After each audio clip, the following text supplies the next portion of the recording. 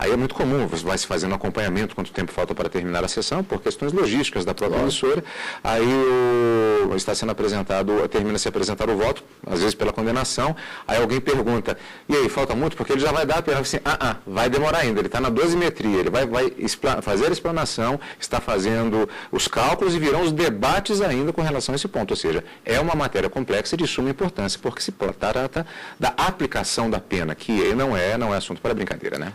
Toca na liberdade das pessoas, então toda vez que você atinge um direito fundamental como a liberdade, você tem que tomar as cautelas necessárias para a correta fundamentação. E há divergência por exemplo, uma divergência que certamente o Supremo vai enfrentar brevemente, é a configuração dos maus antecedentes. O que são maus antecedentes? Inquéritos e processos penais em curso são maus antecedentes? O STJ já simulou a questão, mas no STF a posição é um pouco oscilante. E essa oscilação se reflete na primeira instância, né? E se reflete também, trazendo para o nosso tema de juizados especiais criminais, no tocante ao oferecimento ou não dos benefícios como transação penal e suspensão condicional do processo. Porque se o Ministério Público tiver uma visão mais restritiva ao conceito de maus antecedentes, aquele autor do fato vai ter o benefício inviabilizado. Professor, nós vamos para o intervalo agora e eu gostaria de aprofundar mais algumas questões, inclusive passando em relação, embora que já fizemos um pouco disso agora já no final deste primeiro bloco, em relação justamente a aspectos relacionados ao direito penal, direito processual penal, e ainda hoje falaremos a respeito de alguns tópicos, especificamente das aulas ministradas durante a semana pelo professor Humberto. Vale lembrar que, é claro, o aprofundamento nos temas se dá durante as aulas do Saber Direito e também as perguntas que são encaminhadas para o Saber Direito Responde, que você pode participar, é a sua participação, amigo da TV Justiça, aqui no programa Saber Direito. Você pode enviar, inclusive, suas sugestões. Como fazer? Eu conto logo depois do intervalo, quando retornarmos, quando você vai saber como você, se já não sabe, pode participar aqui na TV Justiça do programa da chamada Família Saber Direito. 3 programas para desenvolver a sua cidadania e o seu conhecimento a respeito do universo do direito e que você acompanha aqui na TV Justiça.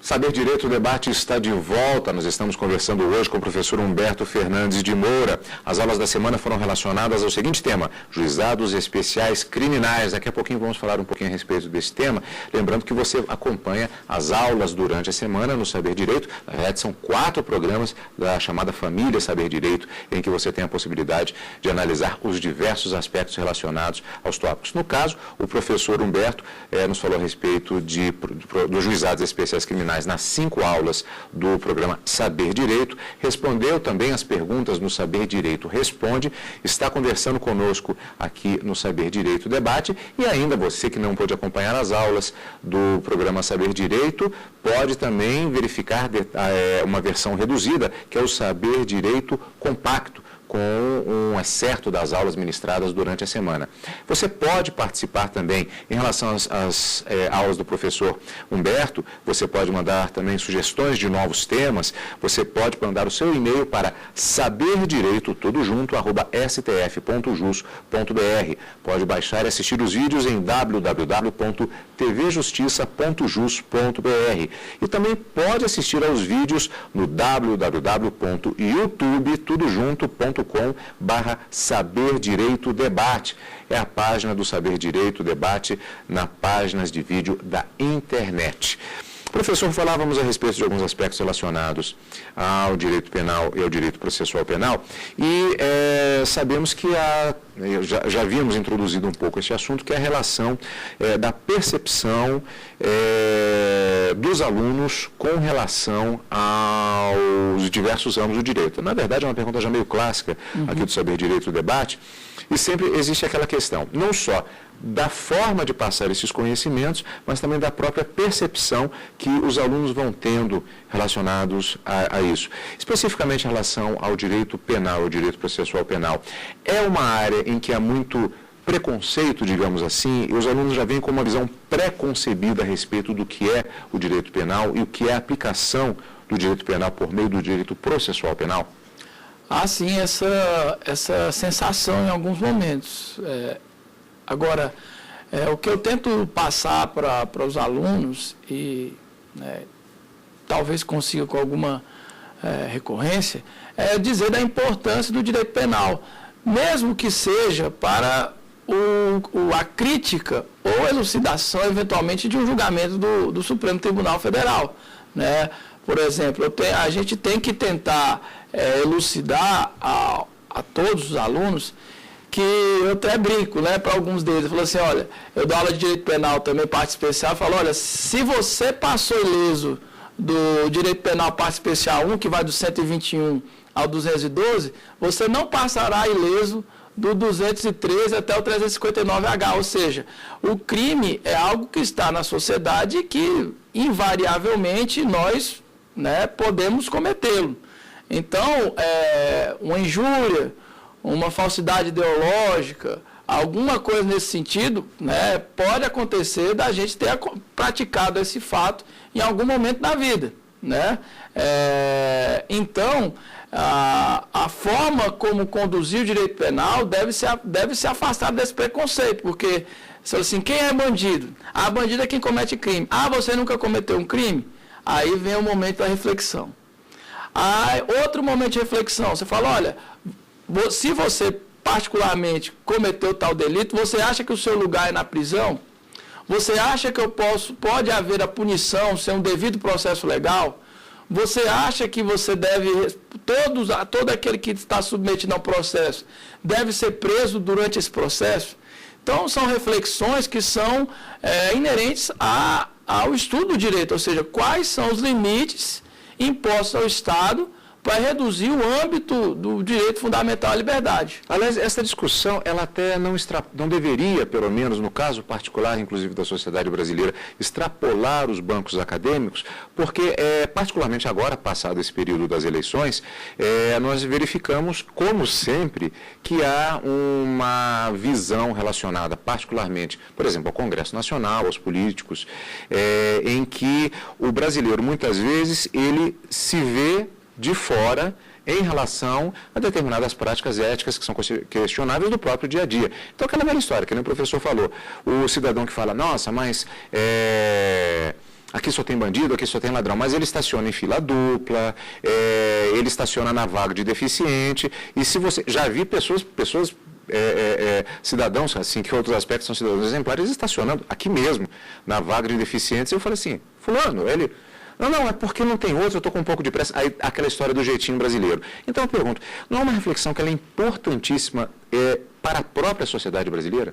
Sem dúvida alguma, essa reflexão a respeito da elucidação de alguns conceitos e a busca pela coerência é importante, porque você fala, olha, se eu estou criticando ele porque ele cometeu uma conduta desviada, por que eu pratico? Vou olhar para mim mesmo, falou assim, olha, mas assim, também o fato de eu eventualmente cometer um crime, né, ou uma conduta reprovável, também justifica o fato dele também cometer?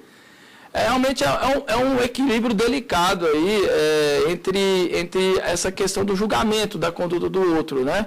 E daí a importância realmente da figura do juiz, né? De que realmente ele deve aplicar a lei naquele caso concreto, deve aplicá-la de acordo com aquilo que ele entendeu, mas também deve se colocar no lugar do outro, né? Eu acho que como critério de reflexão maior assim, do direito, eu acho que a gente tem que sempre se colocar no lugar do outro, né? Mesmo que seja para fundamentar melhor o julgamento. E essa é a grande reflexão que eu pessoalmente entendo que é essencial para a sociedade. Um outro tipo de questão relacionada talvez ao direito penal, ao processo penal, a imagem normalmente que se tem estabelecida com relação às atividades nos fóruns, por exemplo. Aí já passando um pouco para o lado do pitoresco. Os alunos não chegam, por exemplo, com certas imagens talvez um pouco preconcebidas do que é atividade no tribunal, aquela imagem de filme americano de tribunal. Os alunos nos fazem algumas perguntas de vez em quando que, professor, mas isso não é assim assado? Eu falei, não. Isso foi no filme 12 Homens e uma Sentença. A formação do júri aqui é totalmente diferente. Existe esse tipo de situação comumente?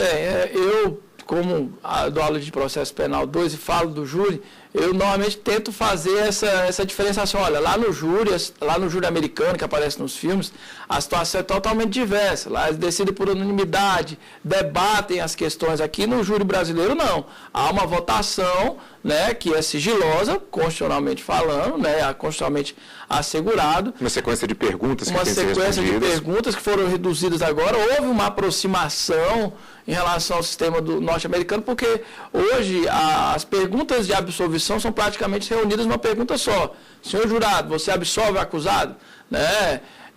Eu, inclusive, já tive a oportunidade de enfrentar essa questão em um artigo, que realmente houve uma aproximação do direito norte-americano, mas o sistema brasileiro é totalmente diferente. Então, certamente, essa nova forma de perguntar vai ter reflexos no tocante ao julgamento, eventualmente, pelos tribunais, na apelação que busca a anulação do julgamento. Por exemplo, né? Outro caso também que há um distanciamento em relação ao sistema brasileiro e o sistema norte-americano, na própria transação penal, na suspensão condicional do processo, em que o Ministério Público, lá no direito norte-americano, tem uma ampla discricionariedade e o princípio da oportunidade é bastante incentivado. Aqui não. A possibilidade de acordo ela é limitada às hipóteses previstas em lei. Então, há distanciamento entre aquilo que se vê na televisão e aquilo que é efetivamente praticado. Por exemplo, um outro ponto também, que dá vazão a muita confusão na visão do cidadão, que ou que não opere diretamente com o direito, ou que nunca tenha tido a necessidade de passar, por exemplo, no juizado especial. O papel do Ministério Público. Então, é muito comum que, às vezes a pessoa tem uma batida de trânsito, vai ter uma audiência no juizado, e batida de trânsito eu acho que não é um bom exemplo, mas uma situação de ameaça, que é especificamente na área penal. Né? Então, existe aquela atuação do Ministério Público como custos legis, como fiscal da lei.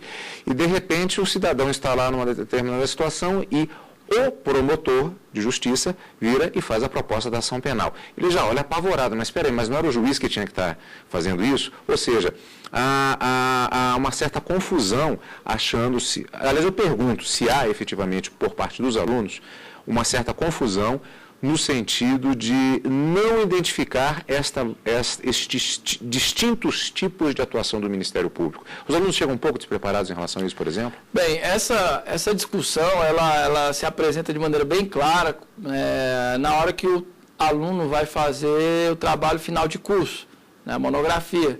Lá no Uniceu eu também sou orientador de monografia, e a gente vê assim, que há um tema bastante recorrente, que é a questão da possibilidade ou não do Ministério Público investigar em matéria criminal. Né? Então, uma questão que a gente sempre debate com alguns alunos lá no sentido, olha, analise a questão de maneira científica, né?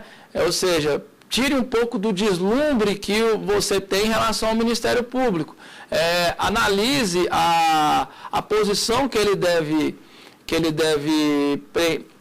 se